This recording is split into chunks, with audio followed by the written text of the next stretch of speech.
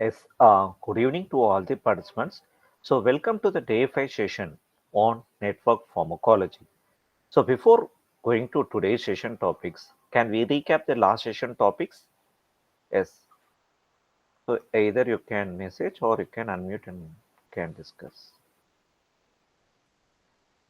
Yeah. What are the last session topics we have discussed? Sir, in last session we have discussed about ritual screening, sir. Virtual screening. Very good, Naveen. So, in detail, any other thing we have discussed in virtual screening, like what specific tools we have I have shown you. So PyRx tool. You, you are right, exactly. Autodoc PYRX. But only one is answering. Yes, the other participant is also answering well. So can we go ahead further? Like, what else did we discuss other than the virtual screening using Autodoc PYRX? We have methods, isn't it? Methods of virtual screening. So mention what are the different methods of virtual screening we have discussed, and we also discussed various tools, methods, ligand-based, good. Then structure based. So, what are the sub methods in, the computer aided drug design methods for virtual screening in ligand based and structure based? These are major methods. How about sub methods? So, what are ligand based virtual screening methods? That's what I'm asking first. Then you can answer for receptor based virtual screening method. Similarity searching, superb. Your answer is right. Like in many of the public domain databases, can be NCBA PubChem, CHEMBL, CGHEBA. If you are searching for a particular compound by typing the keyword, you whatever we get, we also can have an option to find the similar compounds. Okay, so that is what we call it as similarity searching. Okay, so if you can search the similar compounds for the compound whatever we are searching. So this is coming under ligand-based virtual screening. Perfect answer. The next is pharmacophore mapping. This is also a good example for ligand-based. That is, even in pharmacophore, we have pharmacophore-based docking. That comes under hybrid-based. But pharmacophore mapping, okay, this is actually an intermediate step before the docking. Generally, in the lead design and development, pharmacophore mapping is one of the steps after the lead design. Okay, and it is before the docking. And if you see, this comes under ligand-based virtual screening, where the ligand structure is sufficient to check the fitness factor of the ligand. We check through fitness values. Very good. So if these are ligand based, what are the receptor based virtual screening methods? This is the next question, obviously. What are the receptor based virtual screening methods? I also told you, other than ligand and receptor, we also have hybrid based. For hybrid based, I told you pharmacophore based docking screening. How about receptor based virtual screening?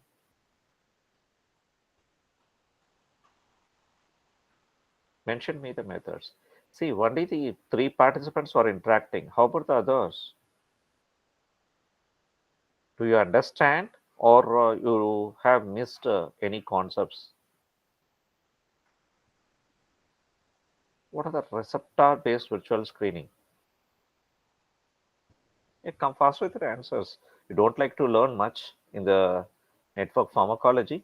You want to learn a lot or you want to learn few concepts. Unmute and answer. Molecular talking is one. And what are the other?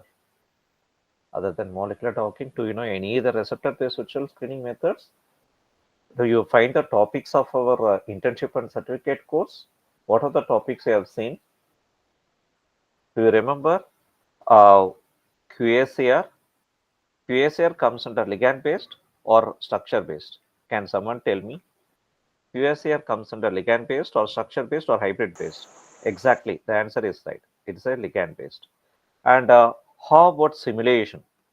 MD simulation, molecular dynamics or simulation. Very good. That comes as structure based. If I give you an example, you are answering well. Very good. So this is how, okay, even the MCQ should be like this, and it will be something digging deep. So also follow my lecture so that you can also answer MCQ well, okay, in the final lecture session. Okay, now let me go to the network pharmacology. Good interaction from the participants. Uh, about network pharmacology, what do you mean by network pharmacology and what is system pharmacology? We see some case studies, we see pathways, networks, and we try to interact with these kind of a networks. First, network pharmacology. What is network pharmacology? The network pharmacology is here we can able to see, we can able to develop network medicine. This is an application of network science towards identifying, preventing, and treating diseases. Okay, this is of course a kind of a precision medicine approach, the network pharmacology. And if you see this field focuses on network topology, one should know about network topology, network dynamics, other than the protein science, immunology. Uh, okay, so one should also have these kind of a knowledge, that is computer science knowledge and the biotechnology knowledge, biomedical knowledge. This or collectively needed to learn about this kind of a network pharmacology. Okay, majorly towards identifying diseases, and developing medical drugs and biological networks such as protein-protein interaction networks, metabolic pathways. So these are all utilized by the network medicine. Okay.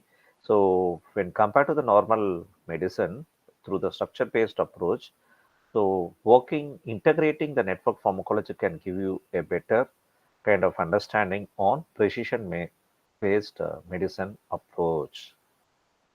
I told you earlier that network medicine is medically focused on area of systems biology. Now let me take you to Zolgensma, a drug. Did you heard about this Zolgensma? No, the Zolgensma is a gene therapy medication used to treat spinal muscular atrophy. This kind of a spinal muscular atrophy happened in the earlier childhood, like in the 1.5 year. In the first 1.5 year, the child won't have any kind of mental symptoms, but after 1.5 year, okay, or 2 years, the child slowly develop some kind of a mental symptoms. They lose the control. Okay, so that's what we call it as a spinal muscular atrophy. Okay, so generally for treatment, this is the only company, pharma company, Novartis, is manufacturing this Zolgensma kind of a shots, okay, like injections. So this single shot of this medicine is around 18 crore. So actually, this kind of statistics, I mean, this kind of price is in the year 2018. I don't know the price at present. The Zolgensma, a single shot is 18 crore. This is the only remedy to treat Zolgensma. I mean, so to treat muscular atrophy. And just single shot is not sufficient. For treating this, we need 3 shots. According to the literature, if you see, we need at least 3 shots. But we don't have any medicine other than this. Okay. So this kind of a disease happen in the kids itself. Okay, the childhood. Okay, if you see this kind of medicine, see how what is the value of a single medicine, okay, that is a single shot.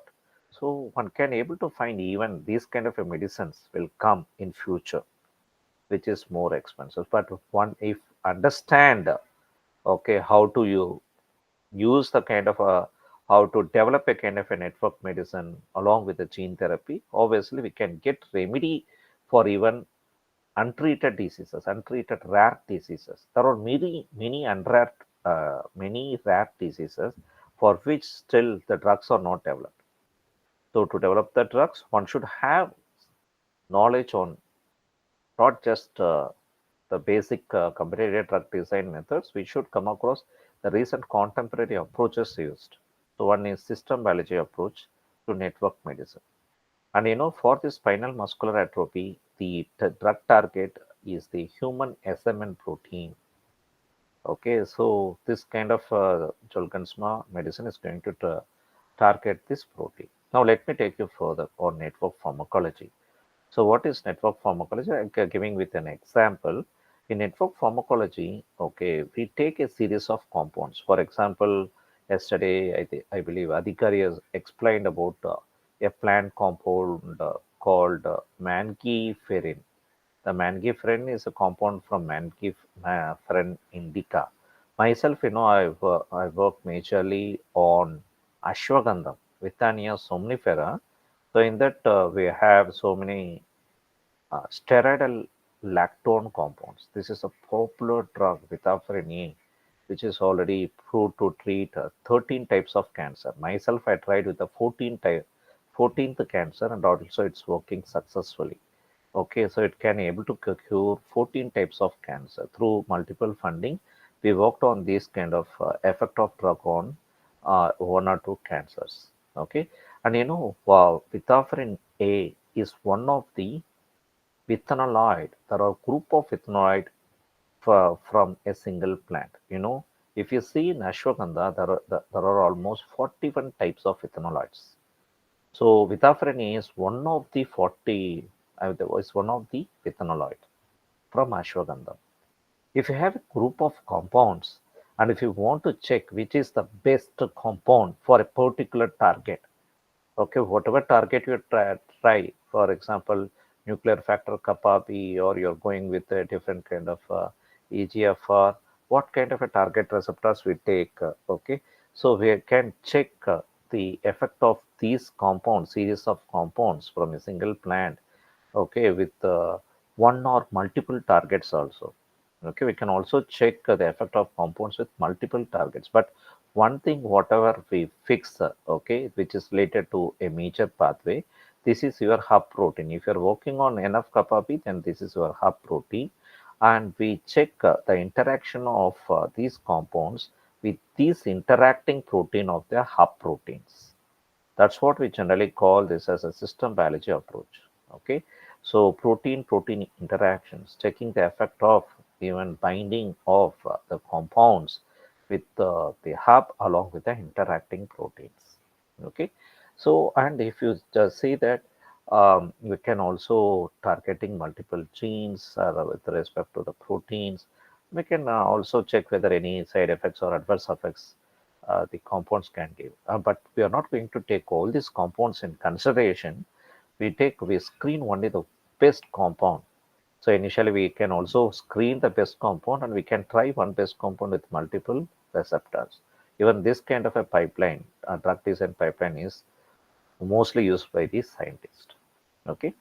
So PPI network, as I earlier mentioned, focus on a single target and then you observe the interacting proteins. Okay, and then you can also try the interaction of your screen drug with this kind of a PPI network proteins. Then we can also work on gene ontology. Can see how this can work with the gene ontology on molecular function, immunology, biological analysis. There are different types of gene ontology. And in this PPI network, you may find thousands of genes also for a specific protein. So, what are the top 100 genes responsible? Top 100 upregulating, top down 100 down regulating. Like this, we can identify the genes and we can also filter the genes. Okay, filter the genes based on the pathways and based on the specific target organ and sites. There are different filters available with respect to gene ontology to filter the kind of a genes, the most important genes responsible for causing disease like cancer. Okay, in this case, they're targeting the obesity, so only they're showing there's obesity. But you can also use this as a network pharmacology for any diseases, not simply restricted up to metabolic disease. We can work on cancer, we can work on autoimmune disease. This is the general methodology. And of course, this is a contemporary research, the most reliable research for discovery of medicine. Okay, and if you come across, you remember I was also mentioning about protein-protein interaction network databases on the earlier sessions, and also compound the protein network databases.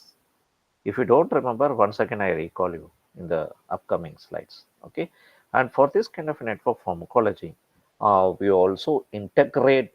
So after this network pharmacology, we can also can check with the in vitro and in vivo studies. Okay, here in this case, if you want to check the effect of the drug for obesity to reduce the obesity, obviously we can do with the cell lines, okay, and then we can check the cell viability, we can check with the markers, and we can check the different parameters related to the obesity. Similarly, I told you we can try with any kind of a diseases, okay. So as I mentioned earlier, so if you're working on herbal plants, so find the compounds present in that particular herbs, okay, and then go with the different filters, different virtual screening filters, can be ADME, or you can use the drug likeness filter, or you can use anything QSAR, or you can use even uh, pharmacophore mapping, screening, pharmacophore screening. Like this, we can use different filters. You can, out of multiple active compounds, filter the most important compound, and then you can choose the target. And if you have an interacting targets with that hub protein target, also try to interact with your compound through binding, through docking. Okay, and then we can also check the effect of drug binding with receptor over a period of time using MD simulation analysis.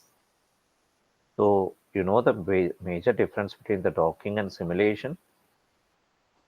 So, what is the difference between docking and simulation? Can someone unmute and answer? Whatever you know, you can interact because this terms looks very similar, but there is a difference. A slight difference is there. What is the difference of molecular docking and MD simulation in simple terms?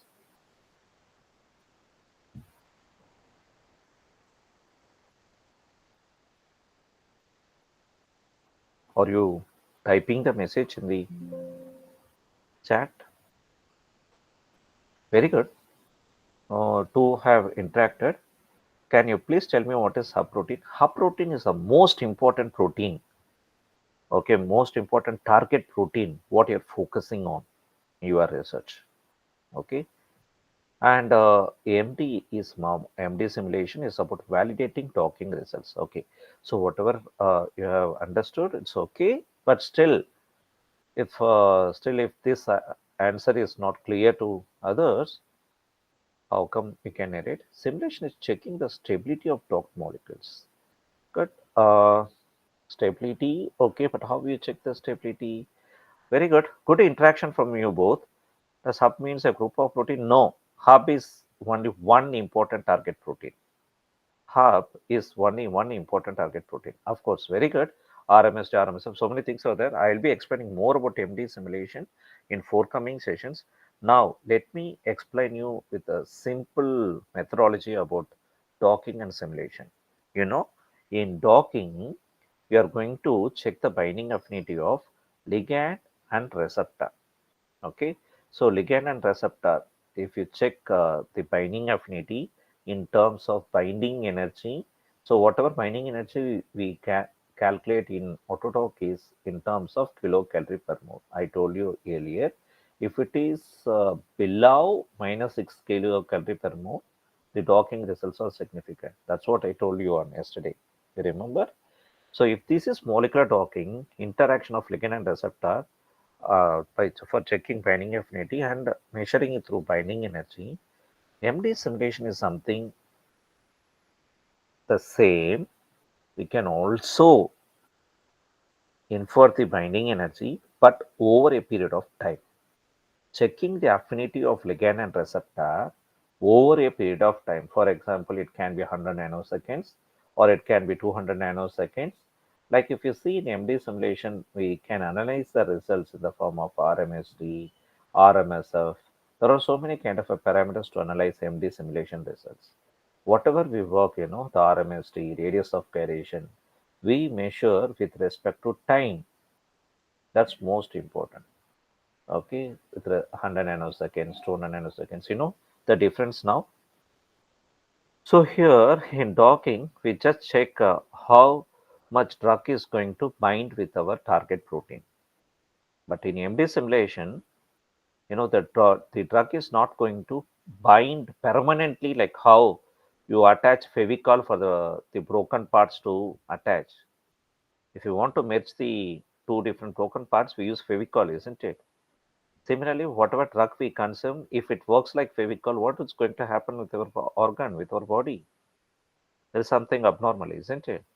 The drug has to bind, but that binding should also not be temporary.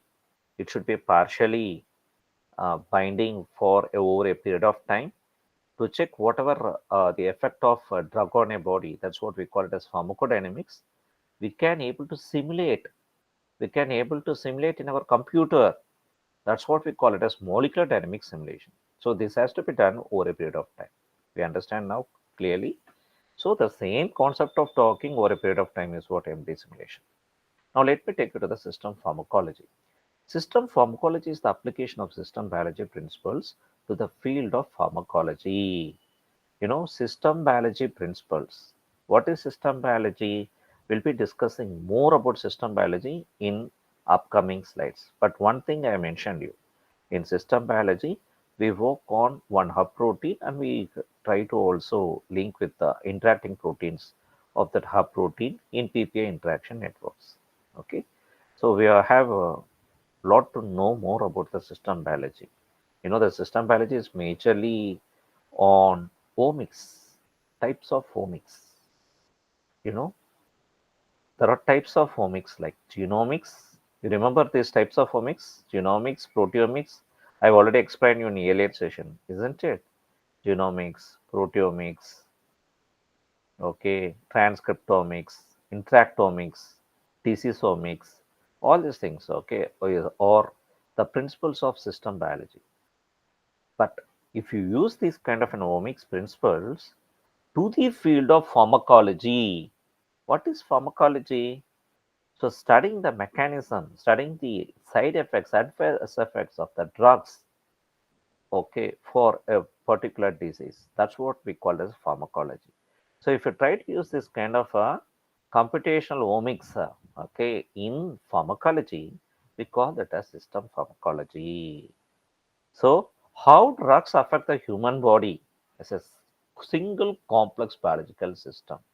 This is what we study in system pharmacology. Of course, this is most important for precision medicine approach. Okay, because we are not leaving a single concept. We are not leaving any kind of a network of interaction. We are studying about the chemical protein, that is drug protein, protein, and even RNA protein, RNA, DNA protein. So we are also studying about the genetic factors, signaling factors, physiological factors. If you see in cancer, other than targeting the main site, we also face problems on metastasis. Some cancers are spreading in different organs also. Then obviously, whatever drug we take, whether it's going to treat that particular organs, how we can check? If for each and every time we like to sacrifice animals or human for testing the drugs, no, isn't it? So we have a best kind of a computational approach for checking this. That is system pharmacology. And you know, you to evade from fatality from epidemiology, that is if for on a particular viruses, system pharmacology can give a better kind of an approach for treatment of various viruses, upcoming new viruses. Okay, now let me take you on system biology. As I earlier mentioned, system biology is a branch of omics studies. Other than these types of omics, we can also study on gene networks. Okay, so we have a network science, biology, network kind of a graphs. Graph theory is there. You know, there is a much more information on graph theory. There is a separate subject called graph theory. where you have to learn a lot on craft the edge. So we integrate all these kind of computer science subjects and the biotechnology subjects, bioinformatics subjects, okay, to learn more on system biology. System biology and integration. So for system biology, we are also studying with respect to each and every molecule, biomolecule can be gene or protein. We can also study on particular organelle. Myself, I'm working on mitochondrial targeting approach. Okay, other than nanotechnology, I'm also focusing on mitochondria because the mitochondria population will be more in diseased tissues when compared to the healthy tissues. If I want to focus on precision based drug delivery, then obviously I'm using this kind of a technology. So like this, or but we have different organelles for targeting specifically. So uh, also focusing on specific organelles, specific on specific cells. If you're working on cardiac related kind of a problems, we have to work on cardiac cells, isn't it? So like this, we have to work on a particular organism. Everything is feasible with system biology. Okay, even you can work system biology with respect to recombinant technology. Like if you want to produce proteins, okay, from or metabolites from bacteria, okay, through bioprocessing, okay, we can use the system biology to know about the bioprocessing, okay. And other than that, we have other applications, like if you want to check the fluorescence of bacteria, like pseudomonas fluorescence, it produces fluorescence if we provide uh, substrates like lactose. It consumes lactose and it can provide fluorescence, the Pseudomonas fluorescence. And Pseudomonas aeruginosa, a pathogen, okay, can able to provide quorum sensing. Okay, it can also through the pigmentation we can also check how much Pseudomonas aeruginosa is there. Okay, and some bacteria can also produce electric current, isn't it? Nowadays, we're also depending on these kind of a technology. So in all these cases, we can use system biology. Network biology. In network biology is a combination of study of biology, network theory, and statistics. Network biology is a part of system biology. Network biology is a part of system biology. Main parts of network biology. In network biology, actually, uh, in the genomics era, the genomics era is in this decade, from 1999 to 2005 in computational studies, and 2005 to 2010. Okay, many scientists focused on proteomics, and from 2010 to up to the present, many are focusing on this network-based biology approach. Okay, so most of the important genomes like human, rat, mice, these genomes, including the plants, etc., are established in this decade. But few plants are getting, which are not yet discovered, these are extended from 2005 to up to present. But the proteomics kind of research started, okay, uh, more after the 2010.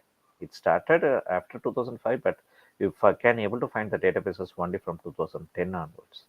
Okay, and similarly, you can see nowadays, you can see more kind of a networks, expanding networks of protein-protein interaction networks, protein DNA networks, gene correlation networks, gene regulatory networks, metabolic networks, signaling networks. Databases are exclusively available to study about in detail on systems biology approach. Okay, these are the types of biological networks available in network databases. Metabolic network, how a metabolic network looks like, how a protein interaction network. This is a PPI network of yeast. Okay, so this, the in yeast.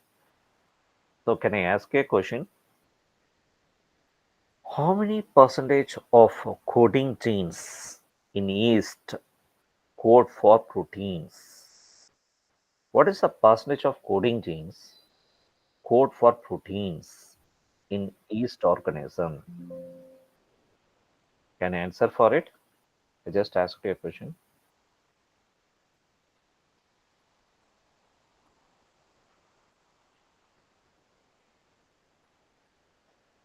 Kritika, why can't you accept my invitation? For each and every time you have to admit, isn't it? You have to accept our invitation so that you can automatically join. Percentage of coding genes. Sir, I am not receiving it. Actually, I got it from my student and again I am logging. Oh, no, actually, I have sent you the mail. Oh, you do one thing. You just send me the request through my private WhatsApp number. Okay, Okay. again, I can send you, or you have to check in the spam mail or somewhere. Yeah, I Okay, checked but I didn't get. So I thought I should not disturb you, no. So again and again I am getting it from madam, my student and again I am joining. madam, one thing you should accept. If all the participants can able to join, okay, somewhere you have missed the mail. Okay, I do one thing. You Okay, request sir. once again, I can send you once again. I can Okay, show you. sir. Thank you. Yeah, yeah. I can also show you the proof later. Okay. Percentage of coding genes in yeast. Yeah, Okay. so this is the question I asked to all the participants. 70%, 60 to 70%. Okay, try it well, but this is not the exact answer. What is Okay. exact? 45? No, no. 90? Trying well, close. You know, more than 99% of the genes. This is the correct answer. 99% of the coding genes code for proteins in yeast. Now, the next question is percentage of coding genes in a human. Can someone tell me how many percentage of coding genes code for protein in human? That is, I'm asking you exons. That's what we call it as coding gene, isn't it? How many percentage of exons or coding genes are present in human?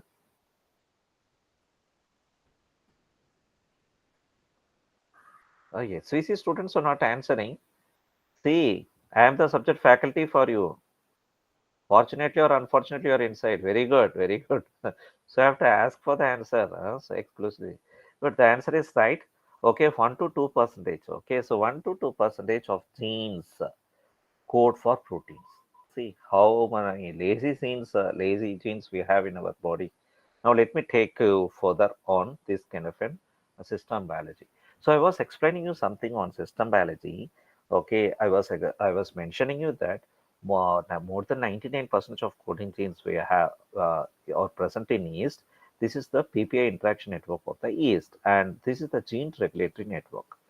You know why I'm calling this as a gene regulatory network and not the gene interaction network? In gene regulatory network, we can able to find two different colors. That is, we call this as edges.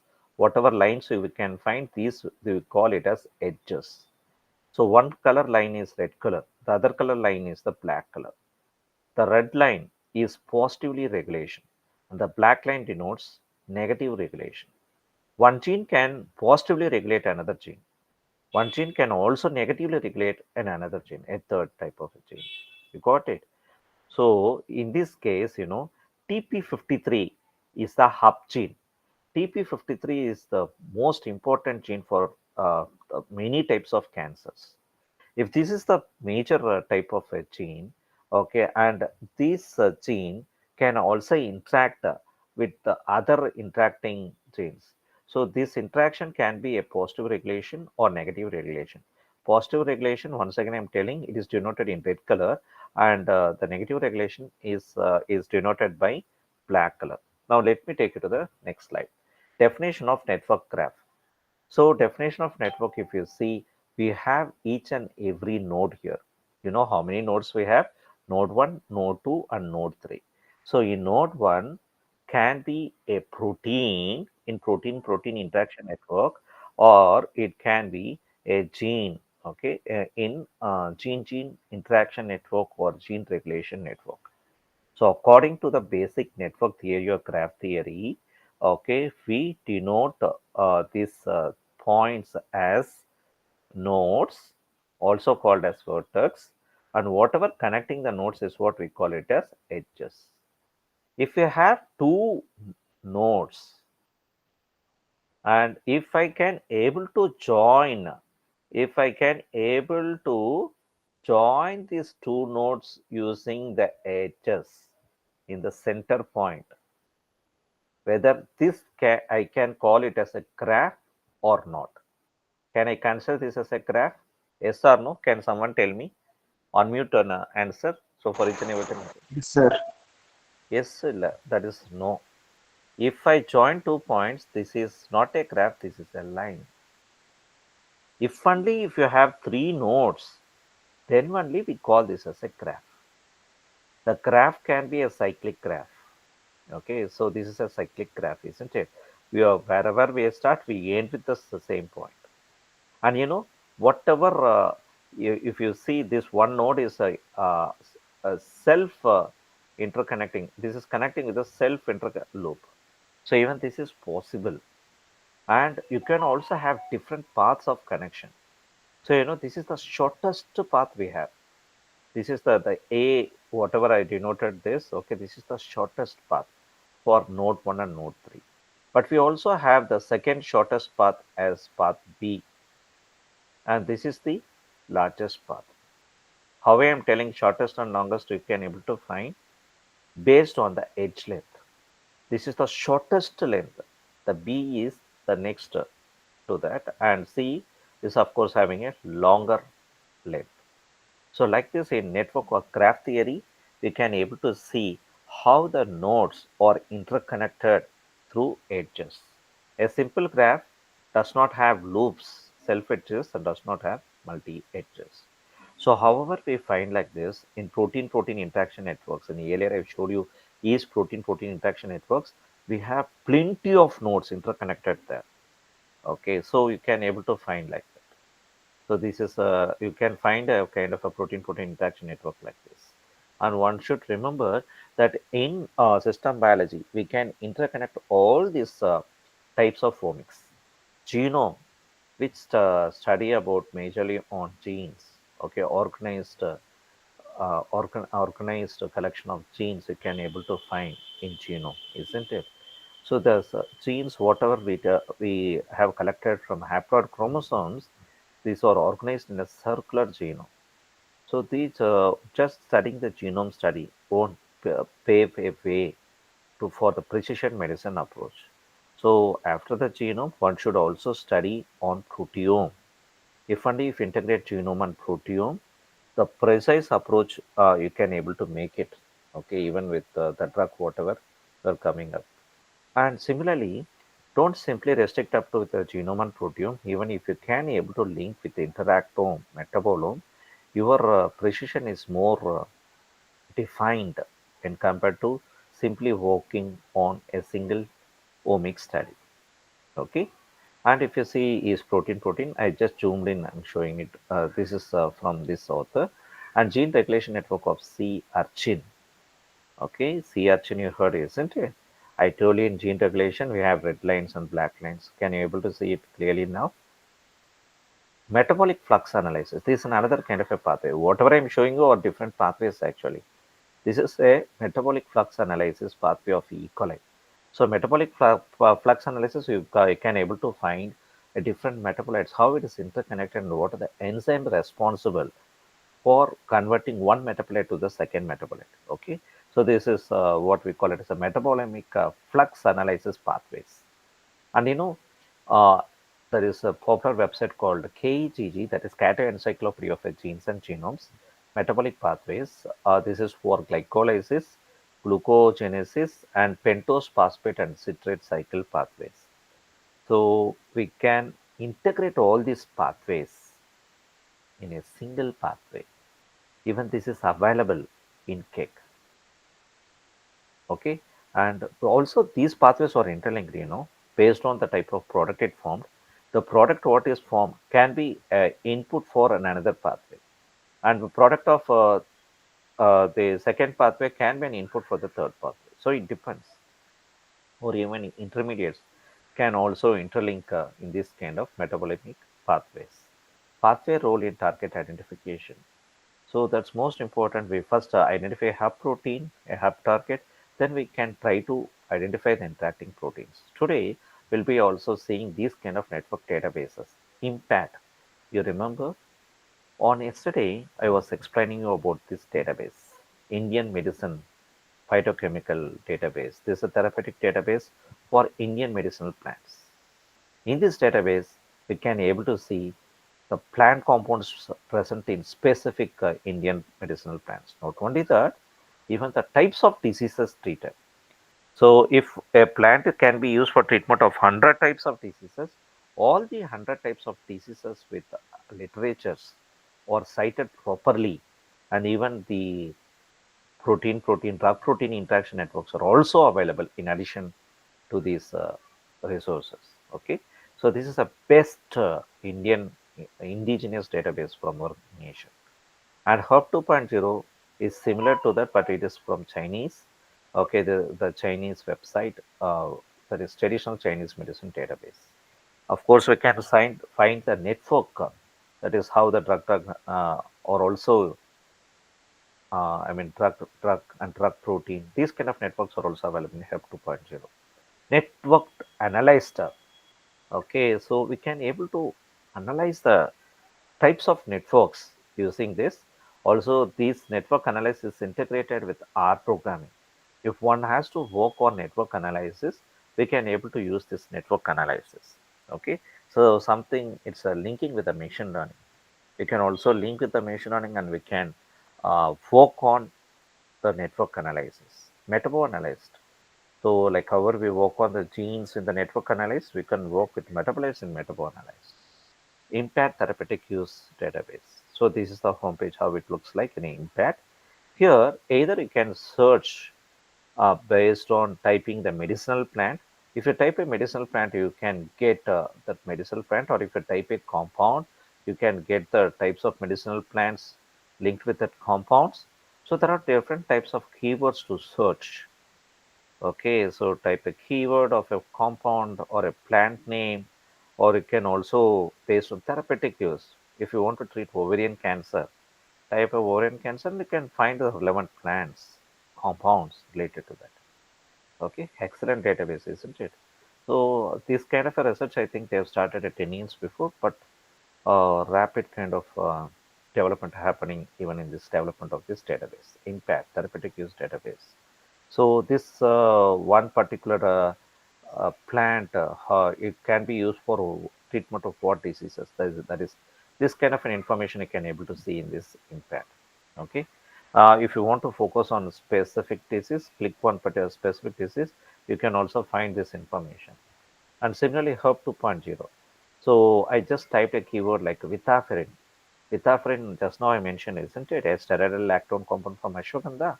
So if I type a keyword like this, you can see what are the interacting proteins of that particular compound. Okay. So not only that, we can also see what are the diseases linked with the particular thing. Okay, so you can check it, and you can also check the clinical trials. Okay, and we can also check the targets. So like this, we have different kind of options. We can check it, and we can see that kind of a network. That kind of a nodes are connected to that hub. Okay, now let me take you to this another kind of page in the Hub 2.0. What are the genes interconnecting? I mean, connecting with that kind of particular compound. And how about the gene expression? Even the gene expression studies are already done in vitro studies. And whatever done in vitro studies through different immunology technology techniques, these are presented as data. And these data can also be studied in the form of analysis graphs. Okay, so this is from Hub 2.0. But even we are also not bad. Even we have similar kind of information. But here you find this is something addition into the impact database. Network analyzed. Network analyzed. This is a comprehensive gene expression profiling via network visual analysis. Okay, and if you see this, this is the URL to go with the network analyst. So here we can able to find multiple gene expression tables, raw RNA sequence database, gene list input, gene expression tables. Other than that, we can also use Express Analyzed R. Okay, so in Express Analyzed R, we can use an R programming, and then we can we can study the gene expression information. So in Express Analyze tab, that itself you find a kind of window where you can, if you know the R programming, you can import the library of the specific R packages, and you can work on the kind of functions. Okay, Using this code, you can able to analyze even through the graphs. What is the purpose of graph? I mean, what is the purpose of R? The R programming is used to analyze through graphs, isn't it? So you can take the data sets from the network analyst, and whatever data you are getting, okay, you are getting uploading inside, you can able to analyze in the form of a graphs. So for each and every data set, you can find the different graphs, and you can able to show it for your research. And similarly, metaboanalyzed. Metaboanalyzed for metabolites, like however I mentioned about the gene analyzed for network analyzed for gene expression, metaboanalyzed for the different metabolites. Of course, for the metabolites, the raw input is from the spectrum data, LCMS spectrum. Okay, and this data can give you, and the network data you can able to find here. Now, take you to the next slide on the gene network. So, gene disease networks we can able to see in disease gene networks. So, for this, you have to go to this hyperlink. Other useful softwares or Cytoscape, Pajek, LADA, Naughty. So these are some of the softwares we can use for analyzing the networks. So types of networks, random networks, scale-free, hierarchical.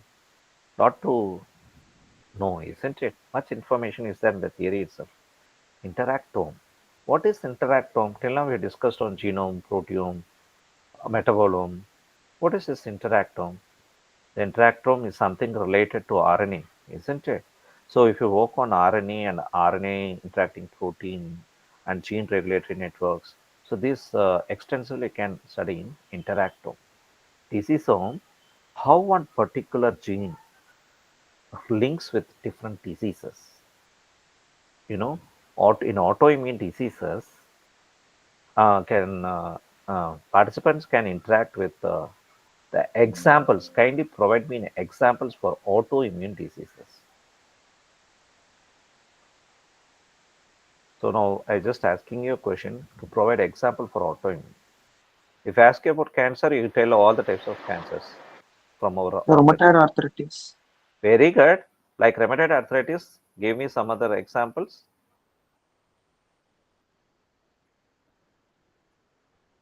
Yeah, yeah, participants come. See, only one participant is answering. How about the others? If one, each and every participant gives some answers, it will be very good. Very good. Hashimoto, type 1 diabetes. But popular kind of thing, Graves, very few are getting these diseases. Popular autoimmune diseases. Did you heard about yes, lupus erythromatous, and psoriasis? How about asthma? Many patients in India facing this lung disease, isn't it? Asthma is a lung disease. Psoriasis is a skin disease, and arthritis is pain disease, pain in joints. Whether these diseases have any kind of related phenotype, no, isn't it? Each and every disease is something different, even with respect to organ and symptoms. The symptoms are entirely different. But to all these three diseases, okay, if we find a top 100 genes, in the top 100 genes, more than 90 genes, more than 90 genes out of 100 genes are common genes for all these three diseases. More, it can also be a 95 genes or common gene responsible for these diseases. The five genes alone will be different for these three types of diseases, whatever I mentioned. If you check in autoimmune disease gene networks, you see it will be like that only. Okay, so one should know then what is the important gene responsible. Okay, and how one gene is also, like if you are going to treat a particular disease like asthma, and if whatever gene you have identified, and if that gene is also available for psoriasis, then what exactly you are treating? Are you treating a psoriasis or asthma? How precisely your drug is going to treat on a specific disease? That's most important, isn't it? So, other than studying all the types of omics, even studying about diseasome is important. Okay, this is a kind of a study, of course, a contemporary research. Here, one can able to study about the shared gene formalism, shared metabolic pathway formalism, and disease comorbidity formalism. So many technical terms are there, isn't it? In Digi network, you can integrate the Cytoscape app. So in the database itself, we can able to download the data sets and you can visualize this disease genes even through the Cytoscape. You can also use the OR package. In most of the network databases, whatever networks you are downloading, you can able to open the data in Excel sheet. And if you want to visualize the networks, you can visualize through the R package. Okay. And also through Cytoscape. The Cytoscape is the best used visualizer to visualize all the types of networks. And also, we can integrate with all the types of programming. We can use Perl programming, Python programming, okay, and all the kind of related Unix shell script programmings, okay, to work on this network pathways. So disease specificity index, tumor necrosis factor, one of the important target for all the types of cancer. Okay, so if you are treating a specific cancer, and if TNF is of course one of the most important kind of a target, then how about that disease specificity index? If you're focusing on hepatocellular carcinoma, what is the disease specificity index? This is how we have to check. Okay, and similarly disease pleiotropy index. In this case here, if you're focusing on a particular gene, can be TP53. TP53 is a most important gene, but it links also with other diseases. Then how about that disease pleiotropy? If you're focusing on this TP53, whether it can also be able to cure other diseases or not. So one drug paracetamol can able to cure uh, can able to relieve from high body temperature, and the same can also be used to relieve body pain, isn't it? It can be used as an analgesic, and it also used as an antipyretic. Analgesic and antipyretic functions are available with it. So this is something linked to the disease pleiotropy. So targeting with a single drug, but targeting a multiple diseases. Disease evidence index. Like this, we have different factors in the G network. So if they want to come up with a kind of a drug, they are, other than integrating all the types of omics, we also have should not miss this kind of uh, disease omics. Cytoscape, one of the important free visualizer, ended network visualizer to visualize all the types of networks. The Cytoscape integrate with almost all the type of scripting languages and integrate with the R programming, Python programming. So you can make wonders with this free tool. And the features analyzes some information is that this information on Cytoscape, if you search in ChatGPT or Wikipedia, you get more information on that. So I just kept apps in Cytoscape. There are plenty of apps in Cytoscape for working on different applications, or whether you want to screen the genes based on gene ontology or types of gene ontology, that you can make it, or whether you want to analyze a different kind of regulation in networks, that you can make it. Like whatever applications we see on types of networks, for this we have different apps. We can install the apps in the Cytoscape visualizer, I mean the Cytoscape software, and then we can work with all these kind of functions with respect to apps. Plenty of apps. The icons, okay, you can see each and every icon is an app actually, a Cytoscape app. So default you can't find all the apps, but whatever you want, you can install it and you can work with it. Like installing uploading a package and using the functions, library function R. Similarly, you can try with the Cytoscape. Cytoscape, each interactions look like this. TCJ colorectal cancer looks like this. You don't have even time for case study. So these are some of the case studies. Okay, I've already worked in 2020. I worked on ovarian cancer.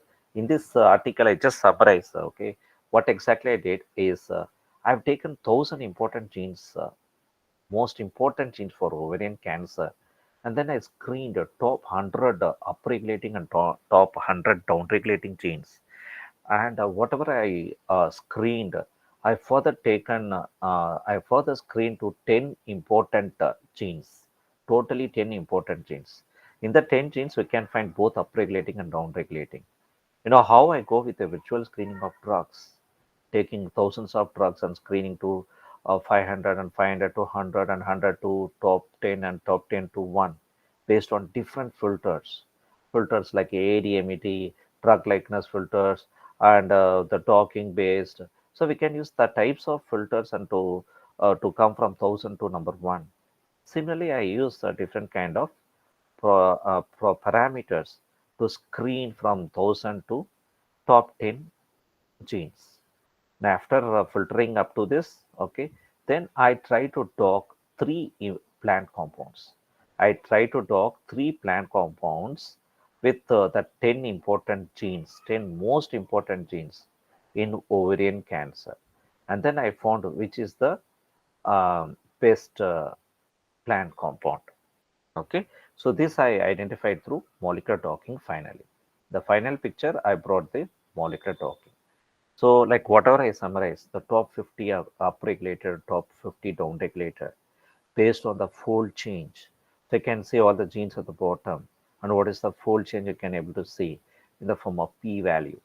Top ranked genes in the enriched pathways. There are different pathways linked with the ovarian cancer, a feminine cancer. Of course, this is second top feminine cancer in the world. So we just focused on the most important cancers, and of course we focused here. And out of top 100, that is up, red is showed for the upregulated genes and green shown for the downregulated genes. We enriched the genes based on the pathways and the p-values are mentioned here.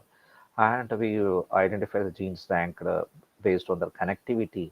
Everything, whatever we can work, we can integrate a cytoscape, we can integrate the MATLAB. We have also used the MATLAB tool for analyzing these kind of results, okay, other than R programming. So top ranked genes and the enriched pathways. So these are the multiple outputs we can get from the networks downloaded from string database. Okay, from the string we can get the information, and even we have so many kind of databases available with the gene interactions. So we can download that and we can able to screen this information. So this is the final output I just mentioned. This is what I mentioned. This is the final docking output. So I just docked with the 10 important genes and with the three plant compounds, apigenin, quercetin, and resveratrol. You know which I got the best? The quercetin I got as the best compound. Quercetin is also available in tomatoes, majorly available in tomatoes.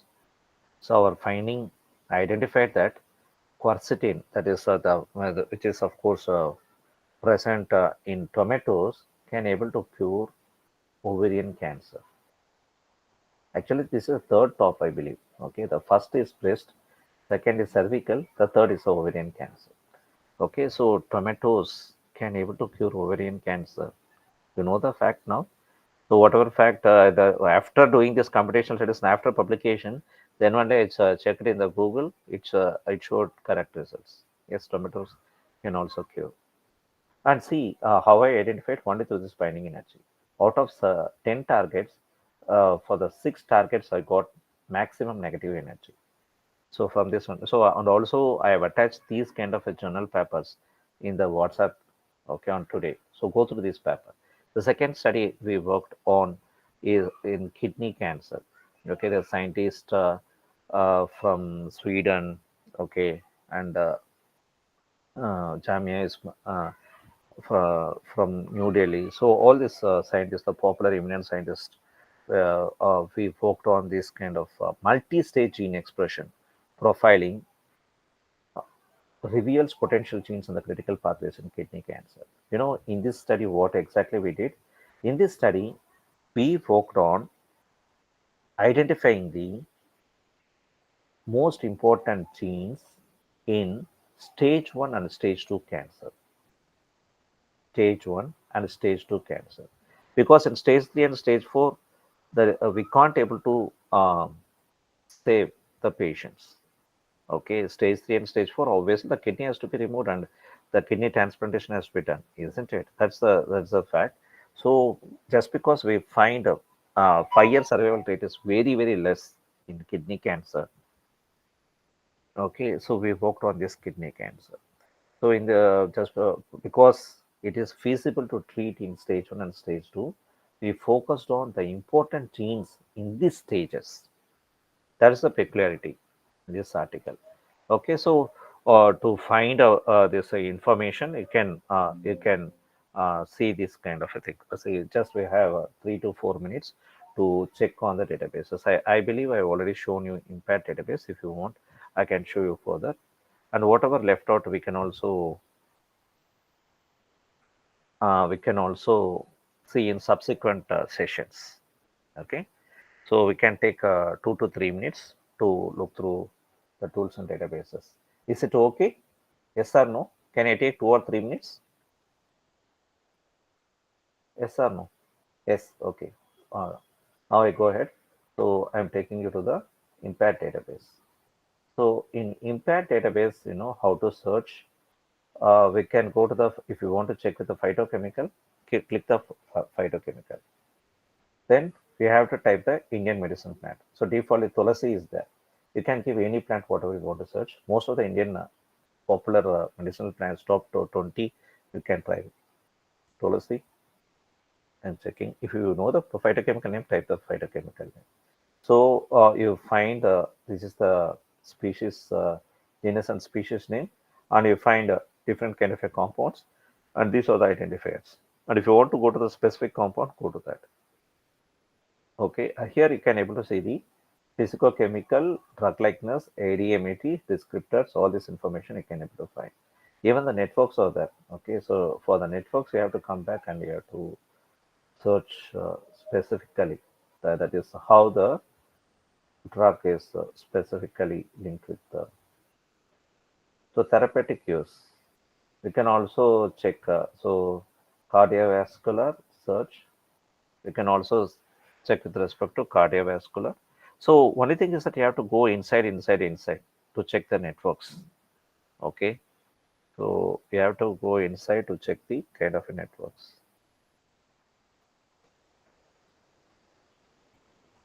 So the networks you can see. I just clicked one particular plant. So this one particular plant is stating this much number of diseases. You can zoom in and zoom out. Okay. So now similarly, you can go to the hub 2.0. So similarly, you can check in hub 2.0, but the most important things I like to show you, string DB. So if you go to the string DB, this is a protein-protein interaction networks. So in this, we have to search on a particular target. Now I'm going to give a target like TRAP1. TRAP1 means tumor necrosis receptor associated protein 1, also called as heat shock protein 75. This is an important target for cancer. I'm focusing on a particular target called TRAP1. So default it's asking whether you want to go to the Homo sapiens. Okay. So you have to click continue. So if you click continue, you can find the TRAP1. That is HSP, the TRAP1 interconnecting with these proteins. You get only top 10 interacting proteins with this hub protein TRAP1. If you want to get a top 50, go to the settings. Here we have settings. Go to the settings. No more than 10 interactors is there, isn't it? Click this no more than 50 interactors. Click update. If you click update, you can able to see this 50 interactors. So 50 interactors with this TRAP1 protein. 50 interactors with the TRAP1 protein. Okay, so if you want to download the coordinates, click this exports and go to the download tabulated separated value file. 1, 2, 3, 4. The fourth link can be opened in Excel as well as in Cytoscape Visualizer. Now I'm going to download this Excel sheet. So download this Excel sheet, whatever we have downloaded, we can open in Excel as well as we can open in Cytoscape. Okay, so this is about the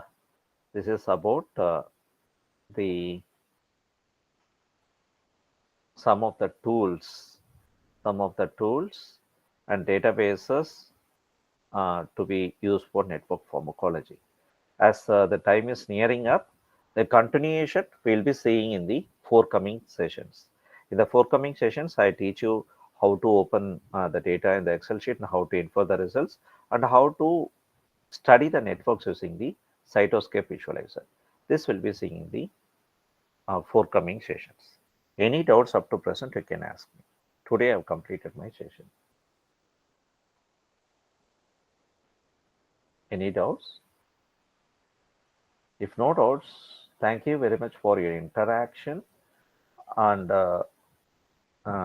as well as for the patients. And if any participants face problem with respect to login, okay, so you can message me in my WhatsApp, okay, I can guide you and I can also show you the proof that I have already sent you the invitation. Then I have to delete the invitation once again. I have to send you resend once more. Then I think it can work for you. You will be getting one more new invitation that you have to check even in the spam or inbox, and then you have to accept. Accept means you have to click yes. If you simply click yes for each and every day, it will admit you. Okay, there will be a yes or no, and the right side you have something like go to the Google Meet. You have to simply click yes there. If you click once yes, all the days it won't ask you to someone to admit you. Okay, this is how you have to understand. Okay, participants, if no doubts, okay, see you then on tomorrow. Have a great day to you all. Bye.